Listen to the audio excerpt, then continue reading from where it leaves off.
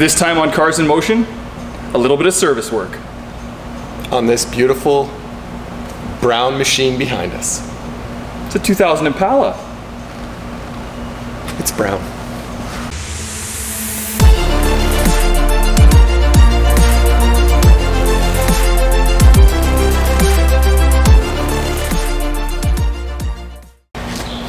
Hey guys, it's Serge and Gerard on the other side of the car right now. Just going to do some real quick mechanical stuff, being brakes on this Impala and a fuel filter. Nothing too exciting, some really basic things, but we just thought you'd like to come along for the ride and watch some steps and how we do it and kind of maybe feel more comfortable in doing your own. All right, so this is the old stuff that we're going to be replacing on this brown Impala. And I just kind of wanted to show you guys. We've got our rotor there. I don't know if it's going to show up, but there's quite a bit of rust coming around. And a lot of brakes that have a caliper, you can kind of see, they have a little peephole, you can kind of see the condition of your pads. And right there, there's still material left. I don't know if I'd be changing them like right away, but they are getting down there and they're making noise for this person. So he's like, hey, change them out, let's get some new stuff in there and make them stop better and sound better. Well, I'm just starting to get some of these old crusty stuff apart. Am I in your way? Yeah, a little bit. Sorry. Oh, don't worry, don't mind. Am I in your way? Oh, okay, I'm sorry. First step here is to get these slide pins off, which is a 14 millimeter. It is truly an honor watching you work. It's quite something, isn't it? I don't even have words. No? Most people don't. Because they usually don't watch me. I do enjoy watching you. Is that right? So here's a good example. The slide pin's pretty dry. There is a little bit of grease left on there, which is good. Which is probably not a bad thing, but ooh, look at that. That's quite a little baby piston. So just rear brakes, right? So see those now, nasty pads. Yeah, you can see the pads. When I get the bracket off here, you'll be able to see.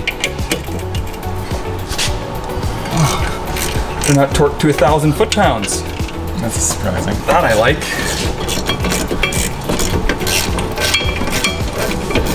It's always good to have a swivel here. Swivel head, once you get it loose enough, just be able to get in there. As you can see, we're cheating again today using a hoist, but allows us to really get in there and show you what's going on. That's actually good that you mentioned it. We did decide to use a hoist because of the fuel filter. Exactly. Can be done at home, absolutely. But for us to kind of film it for you guys to see a little bit clearer and better, we opted to use the hoist. So as you can see, it'll be tough. This is your material inside there. And then the larger bracket, that's just the back of the pad. And it's time to be serviced. Like, you really shouldn't let that material get right down and then dig into the rotor and get that grinding sound. So it is time. That's right at the end of the pad's life. Like, really, really close. So the pads actually aren't too bad, but so what we're gonna do now is we're gonna kick it over to Serge, and he's gonna show you how to service these up, how to really clean the brackets, because that is kind of the basis of your brake job. Serge is gonna tell you more. Hey guys, when Gerard's taking apart the car to get ready for our brake job, I wanted to take a minute and kind of just explain the parts that we're using on the brown bomb here. As we were saying, we're doing brakes, so we've got some pads for the rear. We got some rotors that we picked up, and a fuel filter. Some of the tools that I'm going to be using are some files, which I'll show you later on what we're going to do with those. Or you can get fancier, and if you have a compressor, you can use something that can do the same job as the files, but just a lot quicker. I'll show you that also. Some other things you can pick up, or you should pick up, is some silicone brake lubricant. Use your preference, doesn't matter, but just something to lube up. And brake clean, because because we're going to be cleaning out parts when we put the new stuff in. And that's all I can think of right now. If I use something else, I'll be sure to let you know. All right. I've been lucky enough to clean this stuff up, and I just want to talk to you about it and kind of go through it. First of all, what we're doing is brakes. And brakes are done a million different ways by a million different people. So what we're showing you is just the real basics on how we do it. There's different ways of doing it. By all means, you're watching us probably on YouTube. There's probably a million videos on how to do brakes, and all of them are usually a little bit different. So what I'm going to show you is, like I said, the way we do it, and just have fun with it. So I've got this rusty caliper hanger, and the pads, as you can see, don't want to necessarily come out very well. And what has happened is over time, it just gets dirty, rusty, and they just become wedged in there. And that is actually going to prematurely wear your pads. And you can see, even on this one, it's starting to groove out. Different than this one. This one looks like that's what we were looking at with the rotor that was looking so rusty. Now this is caliper hardware for the pads. And as again, like, this is metal and it's so brittle at this point. Like, when you're doing this job, always use what's supplied. Like, this is just really good. So, as you can see, we're going to use the new hardware. This way we're giving this the best chance to last long and to perform very well. Old pad, new pad. Another pro tip is, you've ordered your parts, you've gone to your parts store, and you told them what you're working on, and you want to get your parts, and they're giving it your brake parts and your rotors, and you're good to go, you're all fired up. Take a second and make sure you match them up, because the parts store might have given you the wrong application. So I matched them up, we know we're good, these are all the same. Even the rotor, measure the diameter of the rotor, make sure it's the same as the one that's coming off, because there's many times where myself or Gerard has ordered parts and getting all ready, and we try to put it on and it's not right. It's close, but it's not right. So make sure before you do too much, you're using the right parts.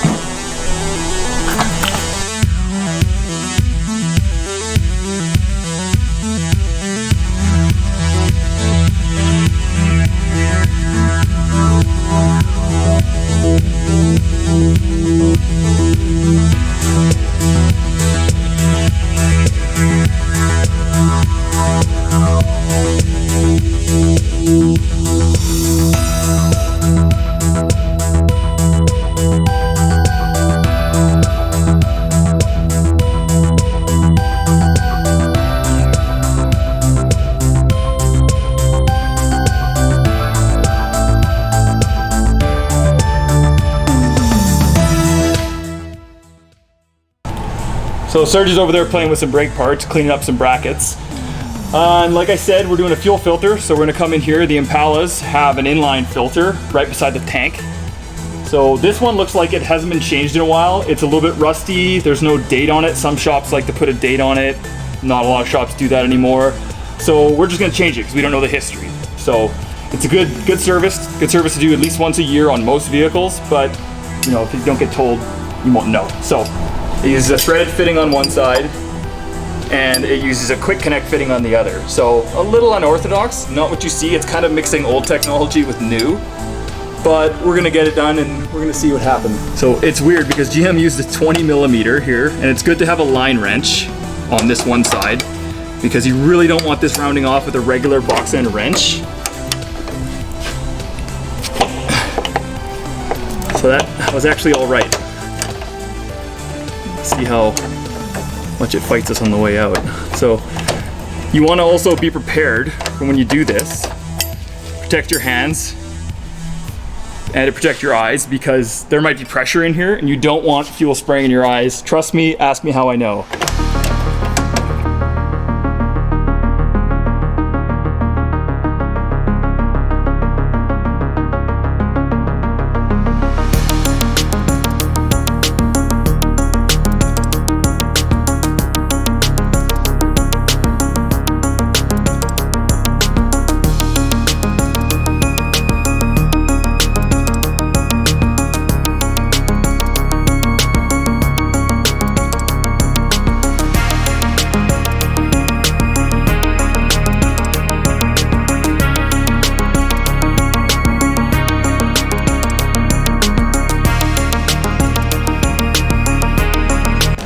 right, it sounds like Gerard's almost finished with the fuel filter, and you caught me just about to finish cleaning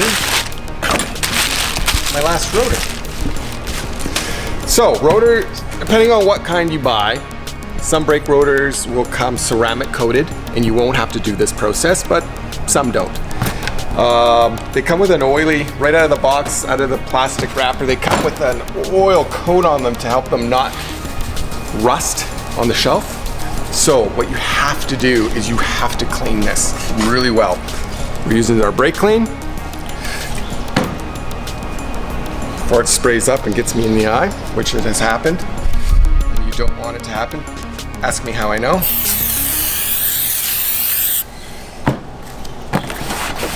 Now, you can use brake clean, you can use soapy water, but again, what you're doing is you're really trying to get that surface where the pads go free of any kind of shipping oils that they put on, manufacturing process.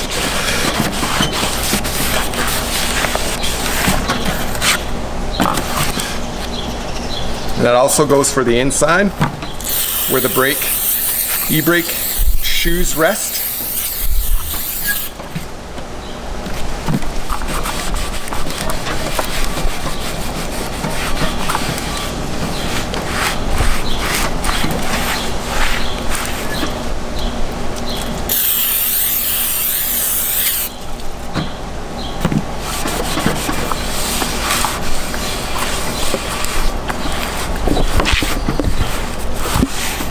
Okay, we've got our brake rotors cleaned, we've got caliper hangers cleaned, our pads are ready.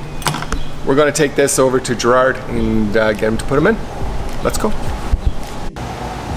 So I'm just cleaning up the e-brake here, getting ready for final assembly. The parts are all clean. Coffee, cigarettes. I think Serge is on his way. Cigarettes. There, What you got there?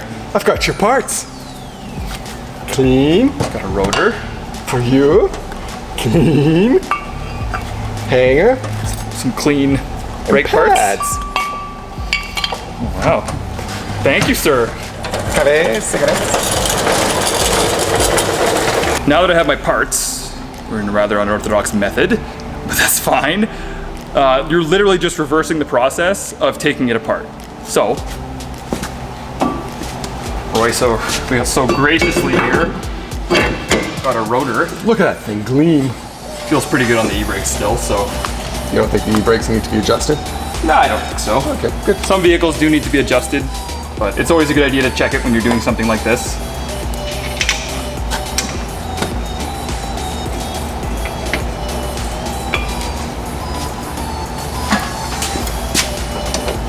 Anchor bolts. Torque to spec, of course. How did you know? It's the only way I do it. Right.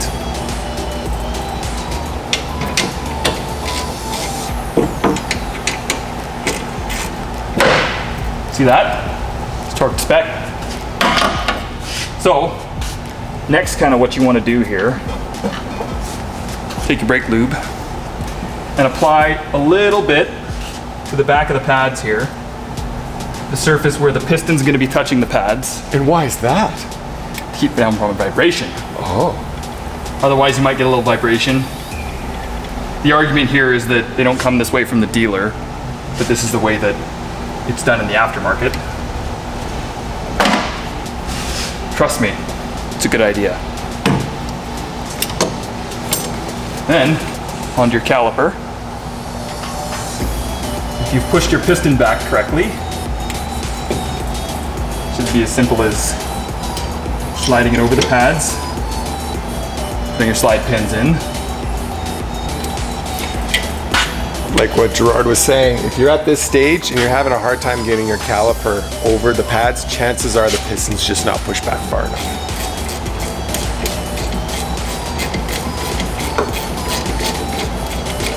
And you shouldn't have to fight with the pads to get into the bracket. If you're fighting with the pads to get into the bracket, it's not clean enough, meaning that it's gonna lead to brake problems because it's gonna get seized in the pad if it's not already, and then you're just gonna lead to heated rotors and you're gonna be doing a brake job again. So you don't want that. You don't need to, these don't need to be super, super tight. Tight enough that, you can look up torque spec for sure, but. Caliper hanger down. There it is. Beautiful. All right, I think that's another successful job done well. We did our brakes in the rear, and we also did our fuel filter. And I think everything went well. I think this is going to brake a lot better. And I don't know, did you have any concerns on this one? No, not really. I mean, service work is a little bit satisfying because it's just good peace of mind. And it needs to be done. That's right. So I hope watching this gives you the confidence and maybe the knowledge to do it to your own vehicle at home in the garage. Like, everything needs brakes. And if there's something that we missed or we didn't explain well enough, please leave it as a question in the comments. We'd love to hear from you. And we want to answer those questions. And furthermore, we haven't really talked about it in the past, but we love making this show. We do it in our spare time. This isn't a full-time gig. We just do it because we enjoy it, and we want to be more involved with you guys. So that goes further with the comments. And for those of you who have subscribed, that's great. Thank you. Thank you very much. Really and we will appreciate it. see you next time on Cars in Motion. Cars in Motion next time.